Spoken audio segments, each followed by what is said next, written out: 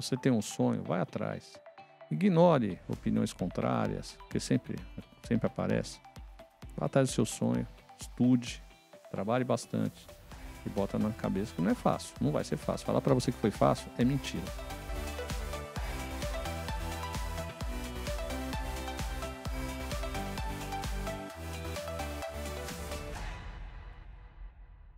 Eu quero abrir essa entrevista dizendo o quanto que eu sou um grande felizardo.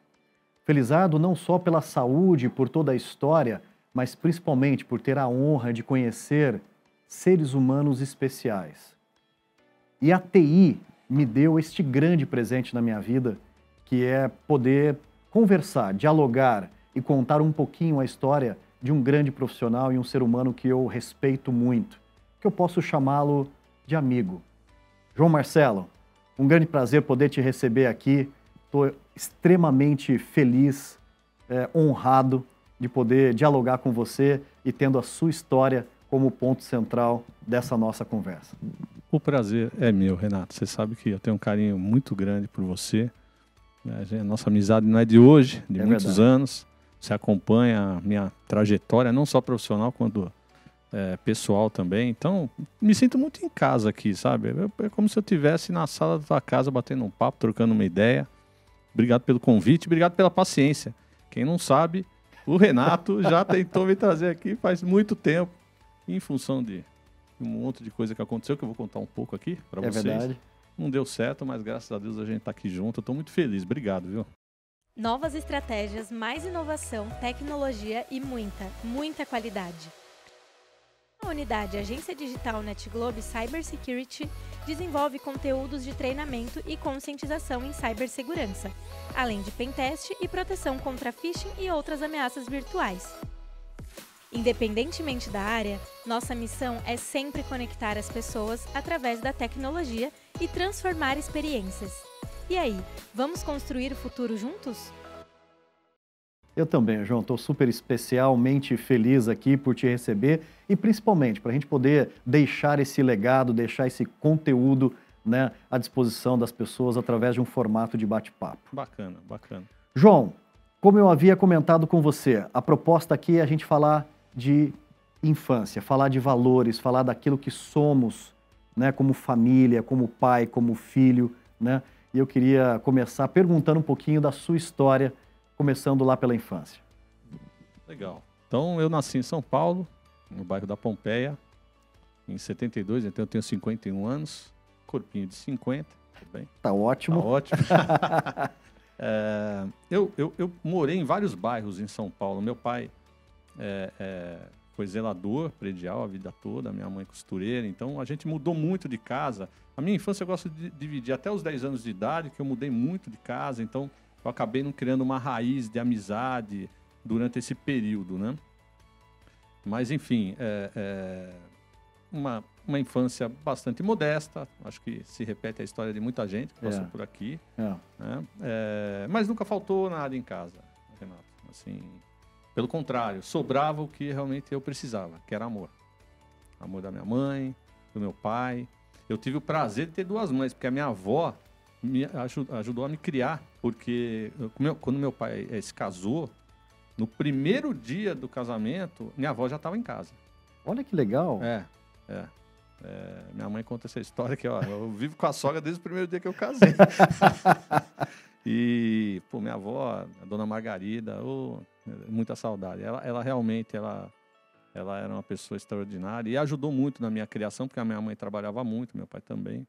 Então, assim, nunca faltou nada, né? Em termos daquilo que eu julgo ser mais importante, que é o amor da família, né?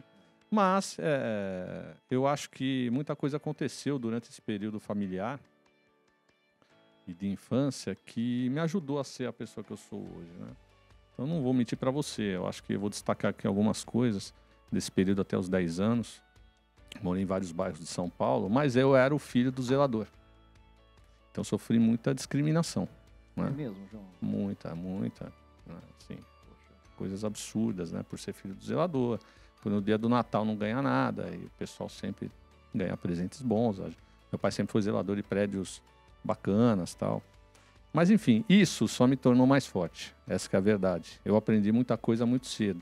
que a vida é bela, o mundo é bacana, tem pessoas extraordinárias como você, mas infelizmente tem pessoas egoístas, mesquinhas e por aí vai, que você tem que saber lidar, né? E continuar tocando a vida com alegria. Então, e tem também exemplos muito bacanas, né?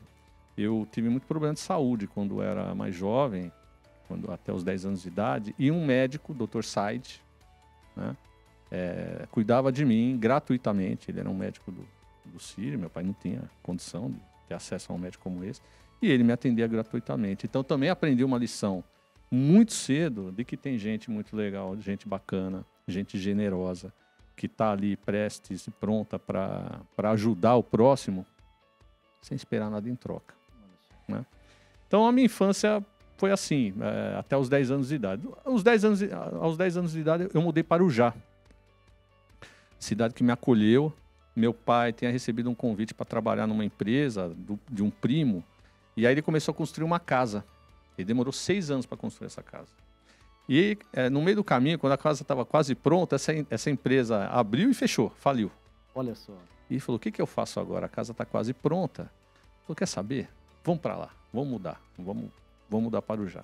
E realmente ali eu morei 10 anos em Arujá e foi muito legal. A cidade acolheu a gente de braços abertos, onde eu tenho as melhores recordações da minha infância. E é onde eu criei uma paixão que eu nutro ela até hoje, que é pelo esporte.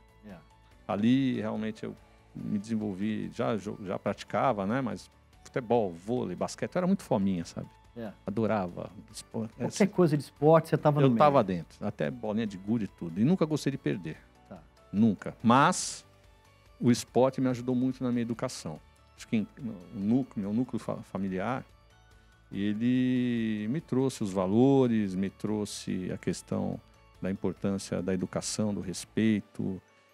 Eu brinco que se eu conseguir passar tudo que meu pai e minha mãe, sabe, no nível de humildade deles, como zelador, como costureira, conseguirem me passar, e eu consegui passar para minha filha, a Gabi, de 11 anos, rapaz, eu sou um homem feliz.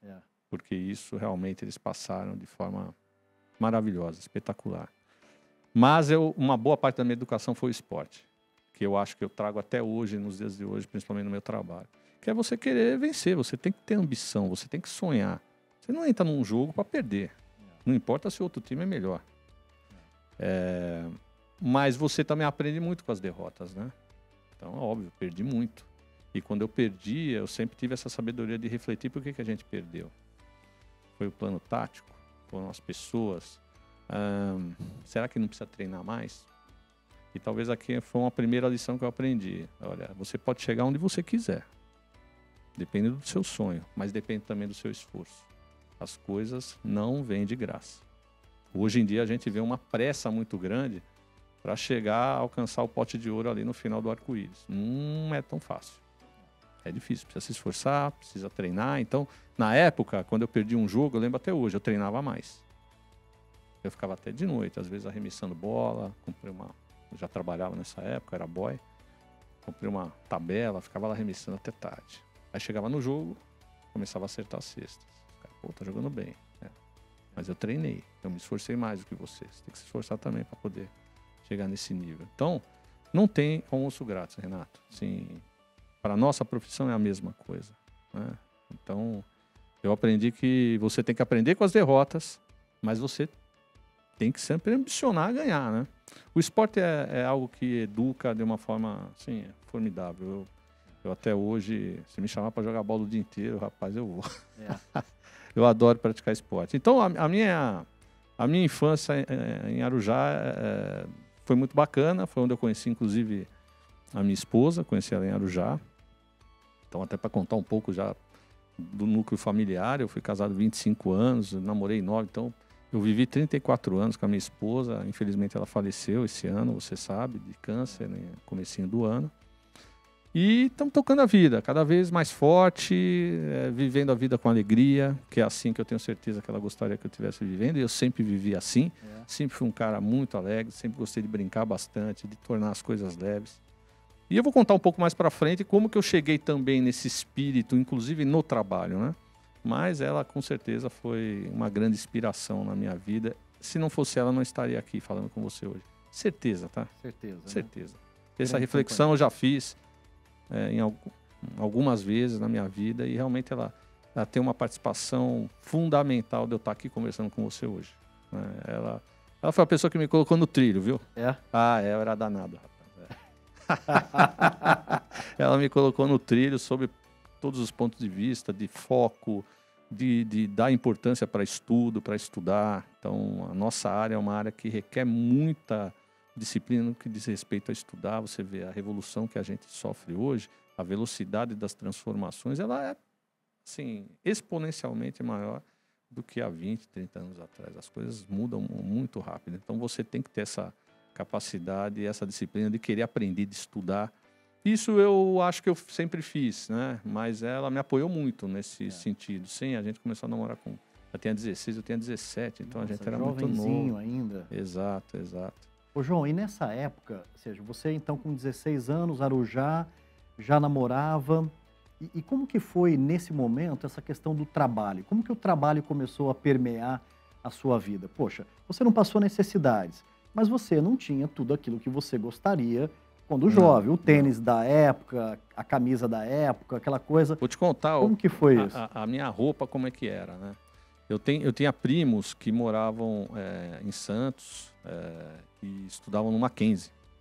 Eles eram mais velhos, um pouco mais velhos, né? E eu tinha uma tia que também era formidável, era comadre da minha avó. Tá.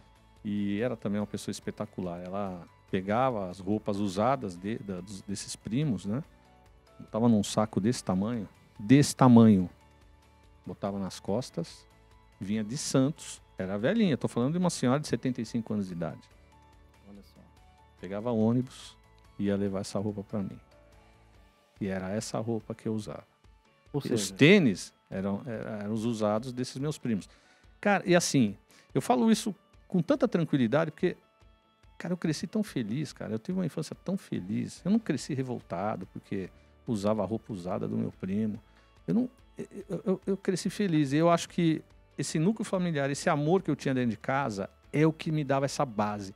Era que me dava essa força por todas as dificuldades. E a gente não teve poucas. Durante a minha infância eu não falei, mas meu pai ficou 3 anos numa cama. E aí foi minha mãe ali que segurou a peteca. Então eu comecei a trabalhar muito cedo. Na época ela fazia bonequinhas, né, para poder vender. E eu, quando eu tinha 11 anos, 12 anos, eu já ajudava a fazer essas bonecas, entendeu? Junto com a minha mãe. E de domingo, que era o dia de lazer, que todo mundo saía para brincar, eu tava com a minha mãe lá no Rancho da Pamonha, colocava uma mesinha, colocava as bonequinhas lá em cima, e a gente vendia para as pessoas que passavam no rancho, que estavam passeando. E eu tava lá com ela o dia inteiro, vendendo, ajudando. Cara, assim, de boa, feliz da vida, porque a gente sabia que aquele era um momento importante. Mas passamos por isso, graças a Deus, deu tudo certo. A gente descobriu o problema que meu pai tinha. Meu pai ficou bom, tá? Beleza? Tá vivo, tenho meu pai vivo, minha mãe viva, Dona Lourdes, o seu Daí. Graças a Deus, que maravilha. Graças a Deus, e eles são um pilar, assim, fundamental nesse momento agora que eu tô vivendo, né? Faz 6 meses que a minha esposa nos deixou. Eles ajudam demais, então são muito presentes, estão sempre ali em casa ajudando, fazendo uma comidinha gostosa, um arroz feijão da mãe, uma coisa boa, né? Então, foi um período que eu comecei a trabalhar muito cedo por necessidade mesmo, né? E aí, num dado momento, quando meu pai já estava bom, eu comecei a procurar emprego e consegui trabalhar de office boy numa escola de computação. Como eu fui parar lá, eu nem consigo lembrar, eu não sei te dizer. Acho que foi indicação, alguma coisa assim. Lembra do nome da escola? Bits e Bytes. Bits e Bytes. Do Sidney. Ô, Sidney, obrigado pela oportunidade, porque legal. foi lá que eu tomei gosto pela coisa. Eu tinha de 13 para 14 anos e eu fui ser boy. Então, eu era boy durante o período da manhã. Depois estendeu, comecei a trabalhar horário comercial e estudava à noite. E nesse período, assim, eu comecei a ter contato com tecnologia. Por quê? Porque eu fazia meu trabalho muito rápido. Então, eu fazia o que tinha que fazer muito rápido e eu ficava ocioso. E aí, na época, eu falei com o Sidney, ele falou, pô, eu não posso dar uma olhada aí nas aulas? Você deixa eu entrar nas aulas, fazer parte das aulas? Eu falei, pode participar, de graça, faz parte aqui do time. E eu comecei a entrar nas aulas de graça e comecei a aprender. comecei a aprender, Basic 1, Basic 2, comecei a aprender, DOS, começou por aí. E aí, num belo dia, isso passou uns 6 meses, teve um dia que um professor não foi. Sala lotada, ele começou a se descabelar. Rapaz, cadê o professor? Falei, calma, você quer que eu vou lá? Eu dou aula pra galera. Falei, você tá brincando? Falei, eu consigo. Isso aqui eu já sei de cabo a rabo, ponta a ponta. Eu dou aula. Aí eu fui lá, com 14 anos, dar aula. Ele assistiu, ele assistiu e falou, cara, eu vou mandar embora o professor, você tá no lugar dela, porque você dá aula melhor que ela. Porque eu já brincava, já tirava um sarro, eu tinha a linguagem daquela turma que tava ali, porque era uma galera mais ou menos da minha idade. E aí eu parei de ser boy para dar aula. Ele contatou outro boy. Fiquei no começo, ele abusou um pouco, porque eu era boy e dava aula. Tá. Eu, cara, deixa eu só dar aula. Jornada dupla aí, Jornada dupla. E aí eu dei aula durante esse período. Infelizmente, a escola fechou, né? Ele se mudou, a escola fechou. E aí eu fui trabalhar no Banco Bandeirantes. Mas eu já... A mosquinha já tinha me mordido. Eu falei, cara, eu quero trabalhar com tecnologia. Então, foi o acaso. Porque eu procurei um emprego de office boy e lá eu tive contato com aquilo que eu falei, pô, é isso que eu quero fazer. Eu acho que isso aqui vai revolucionar o mundo, né? E aí eu trabalhei no banco trabalhei numa agência. Em pouco tempo, a gente passou por um processo de automação, como todos os bancos passaram, então tinha muito treinamento, muita implantação de sistema, então geralmente eu sempre tomava a frente para fazer isso, tinha que fazer treinamento em São Paulo, eu fazia a multiplicação para a turma em São Paulo, na agência. E depois disso, eu comecei a fazer faculdade, então o trabalho no banco foi muito importante para financiar minha faculdade. Né? Ô João, isso final dos anos 80, começo dos 90? Eu entrei no banco em 87. Eu trabalhei 4 anos lá, foi o período que eu fiz Ciências da Computação em Mogi. Tá. Não cheguei a finalizar o curso enquanto estava no banco, porque aí eu saí do banco e fui trabalhar numa consultoria de tecnologia em Mogi e logo depois eu fui para o Pão de Açúcar. Tá. Né? E no Pão de Açúcar tem uma história engraçada, porque... No Pão de Açúcar, eu falei, pô, eu preciso trabalhar numa grande empresa, né? Eu acho que até para me desenvolver melhor, eu trabalhava numa consultoria pequena, apesar de já começar a trabalhar com tecnologia, com automação comercial, eu preciso trabalhar numa empresa maior. E na época, os anúncios eram no Estadão, né? Jornal. Jornal. Fui lá no jornal, achei uma vaga encarregado de CPD, né? Centro de Processamento de Dados. Pô, é essa parada, né? E aí eu não dirigia para São Paulo, eu morava em Arujá, né? Não esquece, a agência de Arujá, tudo em Arujá. Meu pai me levou, era ali no Extra Anhanguera, onde era a antiga Clabin. Estavam reformando, ia virar o Extra Anhanguera. Acreditem se quiser, os mais jovens, eles vão achar que é mentira. As lojas do Extra eram descentralizadas. Cada loja tem a sua gestão de estoque, seu contas a pagar, contabilidade, tudo separado, uma da outra. Lembrando o início dos anos 90 isso. Isso, exatamente. Aí no início dos anos 90 fui lá fazer a entrevista, pisei barro, sujei todo o sapato, porque estava em reforma, né? Cheguei lá, o Cláudio Bonsanto, inclusive foi na minha casa recentemente, e aí eu vou contar um pouco depois dessa história, porque que eu nutro essas amizades das pessoas que me ajudaram. Ele falou que tinha um bolo de currículo assim, ele viu um azulzinho, e eu mandei azulzinho, eu mandei colorido, falei, pô, vou mandar alguma coisa diferente. Aí ele falou, pô, tem tanto currículo, João, eu falei, cara... Peguei o azulzinho. Pegou o azul. Falei, olhei, pô, esse cara parece ser legal. Aí eu fui, aí era para tomar conta da contabilidade. Eu falei, cara, mas não é minha parada, meu negócio é tecnologia. Puxa, mas é contabilidade que eu tenho. Eu falei, não quero, cara, obrigado. Cara, saí frustrado. Eu falei, caramba, não, poxa, entendeu? Não deu certo. E aí eu já estava fazendo faculdade, continuei lá na consultoria. Aí eu chegava em casa, minha mãe falava, olha, o Cláudio lá do Pão de Açúcar te ligou. Dá um retorno para ele. Eu falei, não, já falei para ele que eu não quero, não é minha parada, né? O Cláudio ligou 3 noites seguidas. Na terceira noite, a minha mãe pegou o telefone e falou, você vai ligar para esse cara. Não importa que você não quer. Não é essa educação que eu te dei. Você vai dar um retorno para ele. Eu falei, opa, calma, mãe. Para já vou ligar já, não tem problema.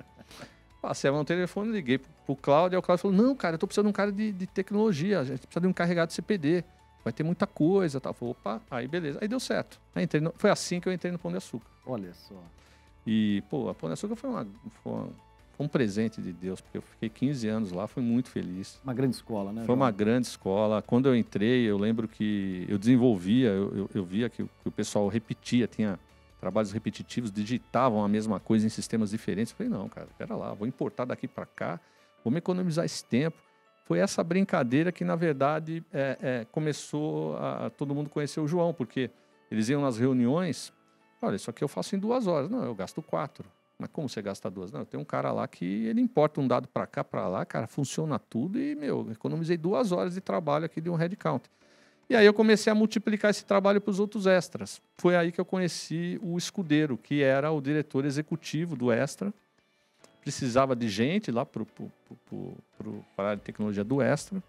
E aí o Escudeiro me convidou para trabalhar na Matriz. E aí dali eu fiz a minha carreira no Pão de Açúcar. Praticamente passei por todas as gerências de tecnologia, gerência de infraestrutura, de suporte. Antes de ir para o Pão de Açúcar, eu fiquei ali na área de tecnologia do Extra. Aí acabou essa história de área de tecnologia do Extra, a área de tecnologia do Grupo Pão de Açúcar. E aí quem cuidava dessa área era o senhor Jair Fernandes. Outro cara maravilhoso, assim, que, puta, outra bênção que passou na minha vida. A gente não é ninguém sem as pessoas, né? É verdade. E eu lembro que quando eu trabalhava no Extra, eu batia muito nele. Dava muita porrada. Mas muita. Imagina, mas muita, tá? E aí, um belo dia, eu fui inaugurar o Extra Campo Grande, porque não tem esse negócio de time, a gente fazia tudo sozinho, demorava um mês para abrir uma loja, que você tem que fazer tudo sozinho, elétrica, lógica, cadastro, nossa, era uma loucura. Mas foi uma grande escola, foi assim que a gente aprende, né? E aí, quando eu voltei para São Paulo, não tinha nem mais a minha mesa. Eu falei, cadê minha mesa? Não, acabou, não tem mais área de tecnologia do Extra, foi tudo Pão de Açúcar. Eu falei, cara, tô na rua. Embaixo do Jair, é roça, não tem como.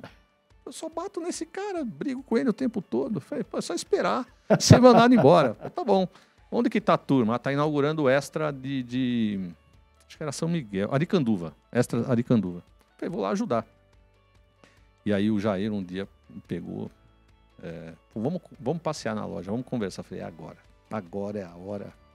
Já senti o facão já no pescoço. Esse cara botou a mão em volta de mim. E ele me chamava de Joãozinho. Joãozinho, eu quero que você, com a mesma ênfase que você briga comigo, que você pega no meu pé, faça as coisas aqui dentro para mim, para fazer as coisas acontecerem. É esse tipo de profissional que eu quero aqui. Ou seja, o cara na largada, ele mostrou o quanto ele era profissional, o quanto ele era humano, o quanto ele não levou para o pessoal as cobranças e as brigas que nós tivemos. Não é todo mundo que tem esse tipo de postura. Então, Renato, cara, passou tanto anjo na minha vida, cara. Tanto anjo, cara.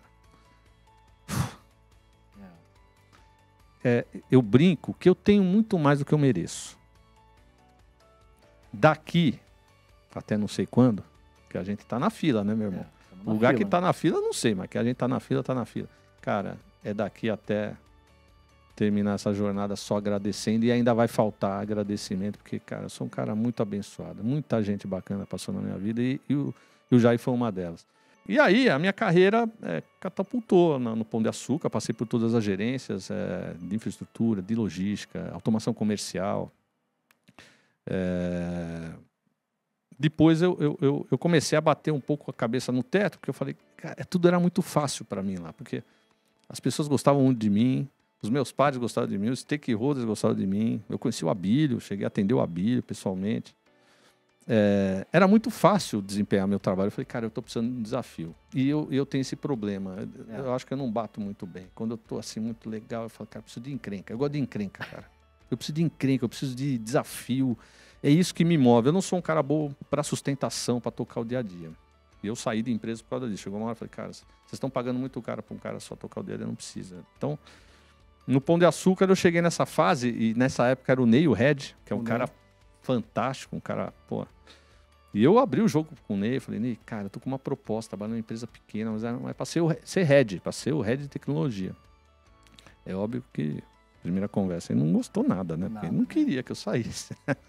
Mas o Ney também foi um cara muito, muito legal, muito carinhoso comigo na época, falando, cara, se é para ser Head, vai embora. Vai testar sentado nessa cadeira. Ainda ele falou para mim, eu lembro até hoje, você vai ver o que é bom. olha o que você quer que você pode conseguir, cara. Porque não é duro, né? É uma cadeira bem dura, né? E ele falou, se der errado, você me procura de volta que sem trabalho você não fica. Eu fiquei corajoso, Renato. Falei, cara, pô, assim eu vou. E aí eu fui. Não foi fácil, me despedi 15 anos. Eu era muito feliz lá. Fiz muita coisa legal. Acho que o trabalho que eu mais me orgulho, talvez, da minha carreira, eu fiz muita coisa legal em vários lugares, mas o trabalho que eu mais me orgulho lá e que me ensinou muito, e o que eu acho que mudou a minha cabeça e mudou o João profissional, que eu era muito técnico, eu era um cara muito focado em realizar a entrega, sabe? Foi quando o Pão de Açúcar começou a comprar várias empresas. E enquanto eu estava lá, a empresa comprou 14 varejistas, né? Entre elas Pais Mendonça, Acesso Supermercados, Mapping, Gearonson e por aí vai. Foram 14. E num belo dia, quando compraram a primeira empresa, me chamaram. Eu era bom de comunicação, conhecia praticamente todas as áreas da companhia. A gente precisa de um cara para coordenar essas integrações, desde o back-office até a parte de automação, loja e supply. João, vai lá fazer. Aí eu fui fazer o primeiro, e aí, meu amigo, virou uma maldição. Por quê? No segundo, eu lembro que o pessoal falou, quem fez o primeiro? Foi o João. Então vai o João. E aí, cara, toda a integração de empresa, eu era chamado, independente do que eu estava fazendo, eu trocava de chapéu. Eu lembro que depois do segundo ou terceiro, eu tomei coragem e falei, já que vocês estão me arrumando essas encrencas, eu quero fazer um pedido. Eu monto o time que eu quiser. Eu quero montar. Aí, eu montava uma SWAT. Aquele time que, além de competente, gostava de mim, cara. Isso faz muita diferença. O nível de lealdade da galera que eu montei para fazer essas loucuras, porque era loucura, tá? A gente pegava uma empresa e virava em 1 mês, 2 meses. As empresas maiores, como um Sé, como um Sendas, ele demorava 4 meses, mas virava tudo. Era muito trabalho, era domingo a domingo. E esses caras de domingo a domingo trabalhavam com um sorriso no rosto. Era um clima fantástico de trabalho. Mas por que eu gosto de destacar isso? Porque eu acho que eu desenvolvi muito, talvez, uma das melhores competências que eu tenho, que eu acho que eu tenho, que é a gestão de pessoas, que é cuidar das pessoas. É isso que eu sei fazer. Adoro tecnologia, sou apaixonado por tecnologia, adoro o que eu faço. Mas hoje eu sei o suficiente para os caras não me enrolarem, né, Renato? Mas não tem mais condição de você apertar o botão, não é nem mais o que eu quero fazer.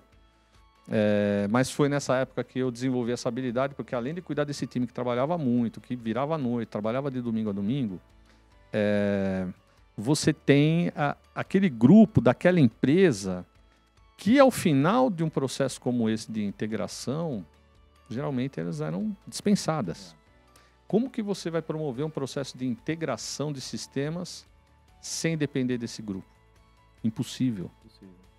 Então você imagina o trabalho que a gente tem que fazer de engajamento, tinha que fazer com muito respeito pelas pessoas, para que de fato elas se engajassem e te ajudassem a fazer essa integração.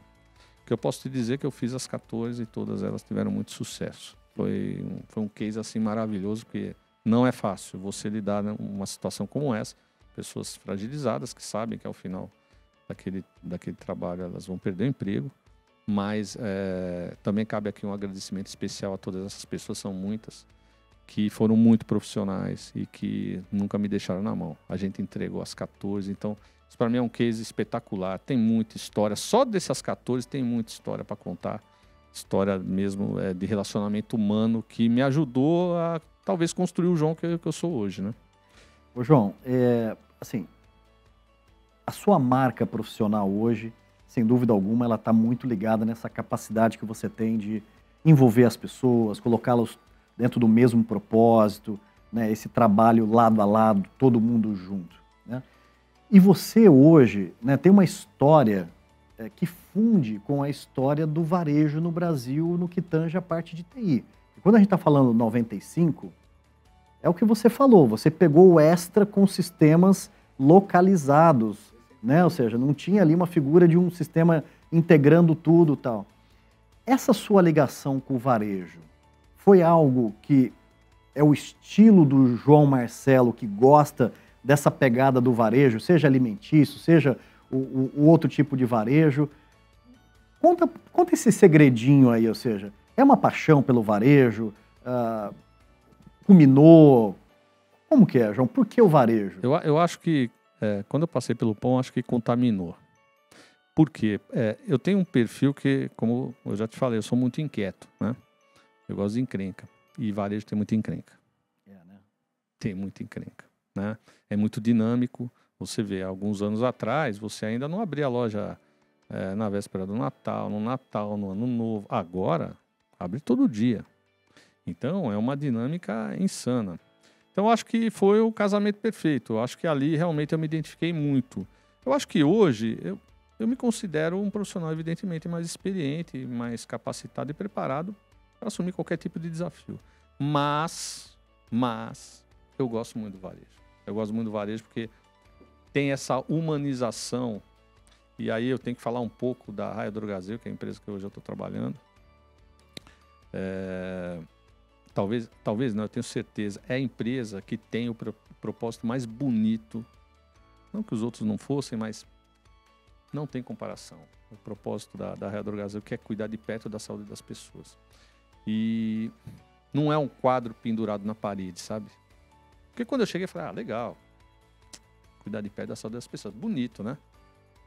Cara, quando você entra na empresa e você vê que o presidente do conselho, até o farmacêutico que está lá na farmácia todo dia atendendo você, me atendendo, leva esse negócio a sério e quer de fato melhorar a saúde das pessoas, quer de fato melhorar o atendimento, de alguma forma ajudar a elevar um pouco o atendimento da saúde no nosso país, que é precário, cara, dá muito orgulho. Dá muito orgulho trabalhar numa empresa que você percebe que o principal objetivo não é o EBITDA, é ajudar a cuidar melhor da saúde das pessoas. Então, esses propósitos é que me movem. Eu diria para você que em todas as empresas que eu passei, tinha sempre um propósito muito alinhado a atender melhor o cliente, né? E como eu trabalhei no Extra Anhanguera, eu fiquei lá praticamente 2 anos e meio, quase 3 anos. Eu sei o que é estar lá na ponta, quando o sistema para, quando o sistema fica lento, quando o cliente está com a compra, quer pagar e quer ir embora. Não é que me contaram. Isso eu falo para a molecada que hoje em dia está começando. Você tem que entender, tem que ter um propósito do trabalho. Então, tudo que você faz tem que ter um propósito. O propósito é, de alguma forma, um pedacinho do seu trabalho, é melhorar a saúde das pessoas dentro da RD, né? Cuidar melhor da saúde das pessoas. Essa experiência de estar em loja, todo mundo que trabalha em varejo, no nosso caso, nas farmácias, deveria ser obrigatória. Porque eu diria para você, esse período que eu trabalhei no Extra Anhanguera, atendendo cliente, eu trabalhei no caixa, no PDV, cheguei a receber mercadoria lá no depósito.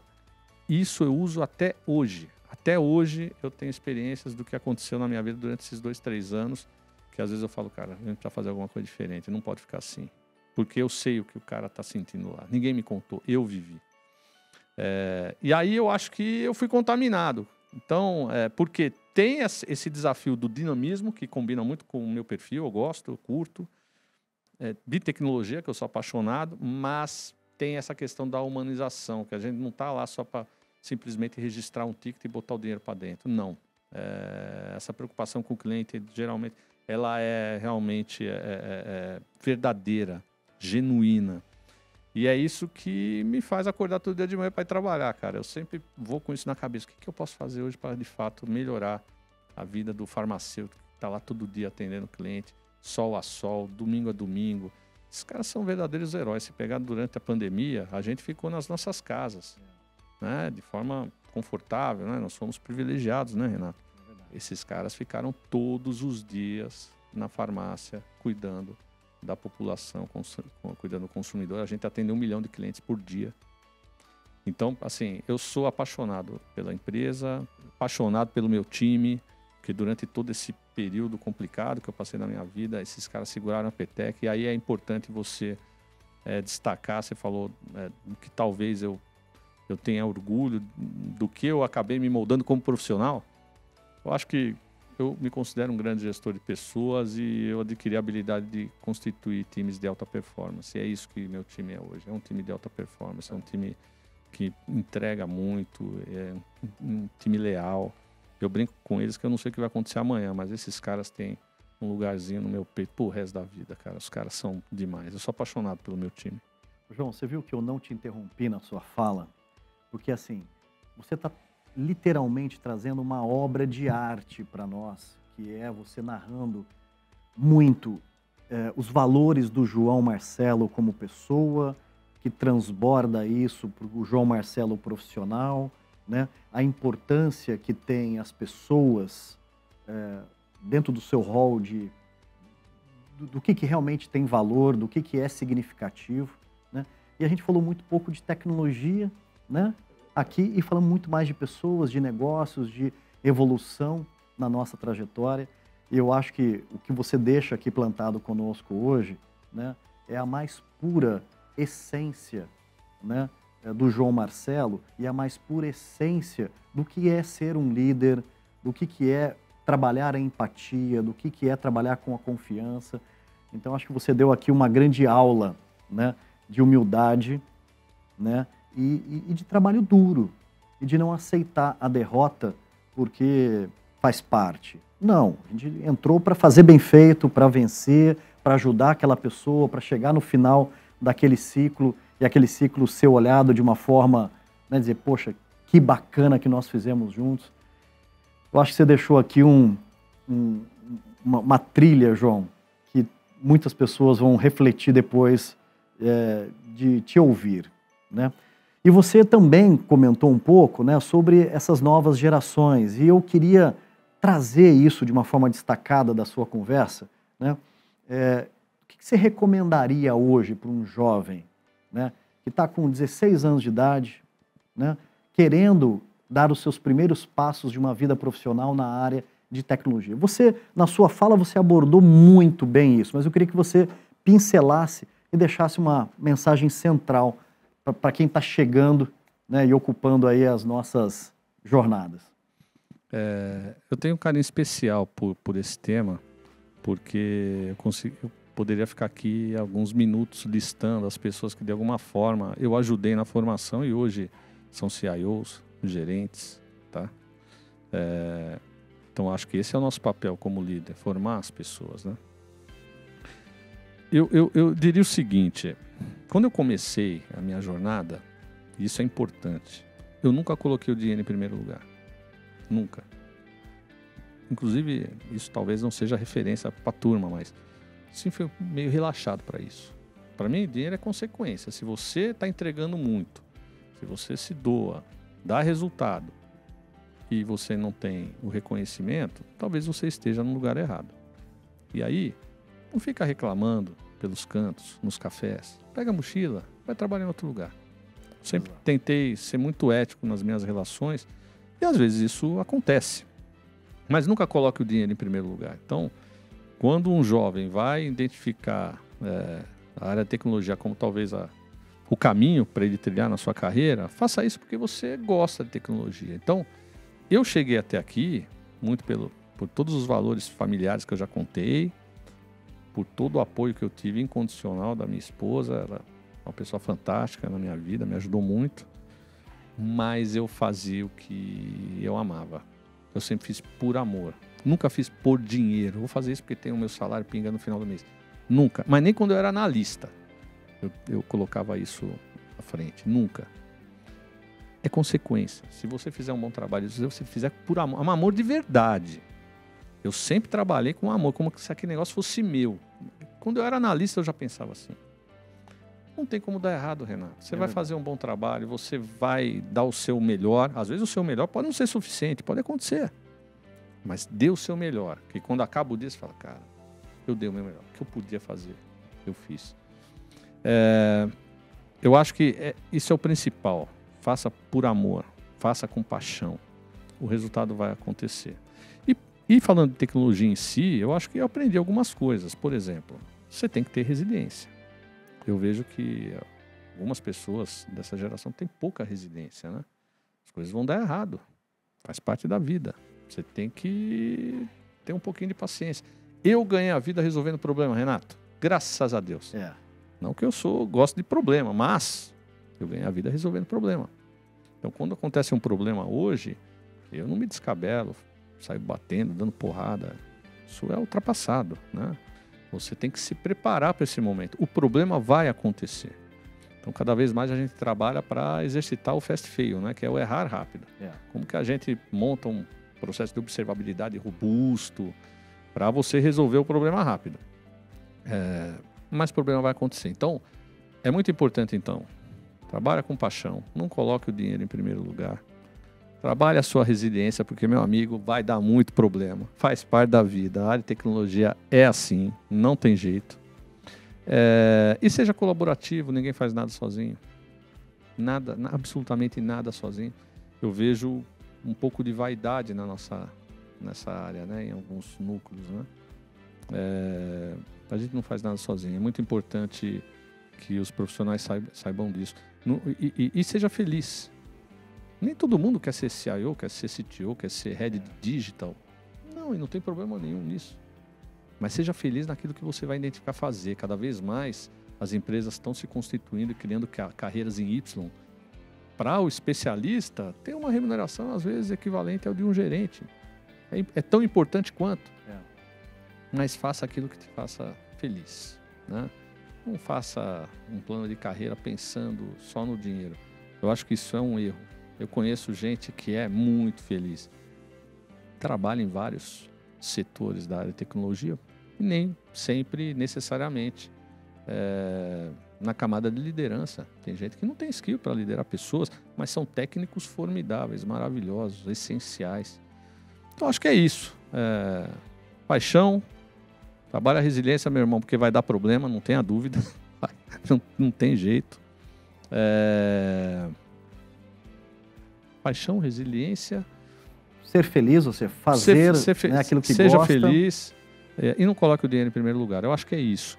Bela mensagem. Eu acho que é um bom caminho. E seja colaborativo, porque você vai precisar das pessoas, as pessoas vão precisar de você. Foi assim que eu cheguei até aqui. É isso aí. Não cheguei sozinho. João Marcelo, que conversa bacana. Você vê que a sua história já é uma grande inspiração. E eu queria aqui agradecer você por você ter esse desprendimento, essa não vaidade, né, e poder colocar na íntegra, né, uma história real, verídica, né, vivida por você, né, nesse modelo de bate-papo, para a gente conhecer um pouquinho mais como o João Marcelo chegou lá, né? Obviamente que a gente conhece o João Marcelo, né, o grande executivo de TI, o cara referência na área do varejo, premiado, né? Tudo isso a gente já conhece, mas esse nosso programa, ele visa conhecer a pessoa do João Marcelo. Essa grandiosidade que tem em você, né? Nessa atitude, nesse olhar cuidadoso que você tem com as pessoas, não só as pessoas que trabalham no dia a dia com você, mas esse olhar cuidadoso que você tem para os seus amigos, né? Eu me sinto um privilegiado de ser o seu amigo, né? De poder contar com a sua atenção, com o seu apoio e a gente ter essa troca genuína juntos, né? De muito respeito, de muita oração, né? De muita fé, né? E de muita superação, que essa é a grande jornada da vida. Só para complementar, porque eu acho que ouvindo você falar e fazendo link com a minha história, do que eu contei, Renato, se foi possível para mim, é possível para qualquer um, cara. Porque não foi fácil. Eu vim de região periférica, com muita restrição, estudei em colégio público. Depois que eu comecei a ganhar um pouquinho de dinheiro, eu fiz uma pós, um MBA, mas, sim, tudo é mais difícil, mas não é impossível. Então, você tem um sonho, vai atrás. Ignore opiniões contrárias, porque sempre aparece. Vá atrás do seu sonho, estude, trabalhe bastante e bota na cabeça que não é fácil, não vai ser fácil. Falar para você que foi fácil é mentira. É mentira. E se você me permite, eu queria agradecer também. Agradecer o convite. Pô, é uma honra. Para mim é um bate-papo. Falei para você, só faltou aqui uma cervejinha aqui para gente, para ser aquele bate-papo até mais descontraído, porque eu me sinto muito à vontade com você, porque você é meu irmão, meu amigo.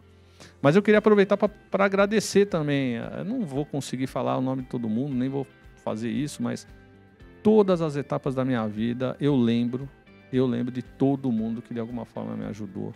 são anjos que passaram na minha vida. Essas pessoas estão na minha oração.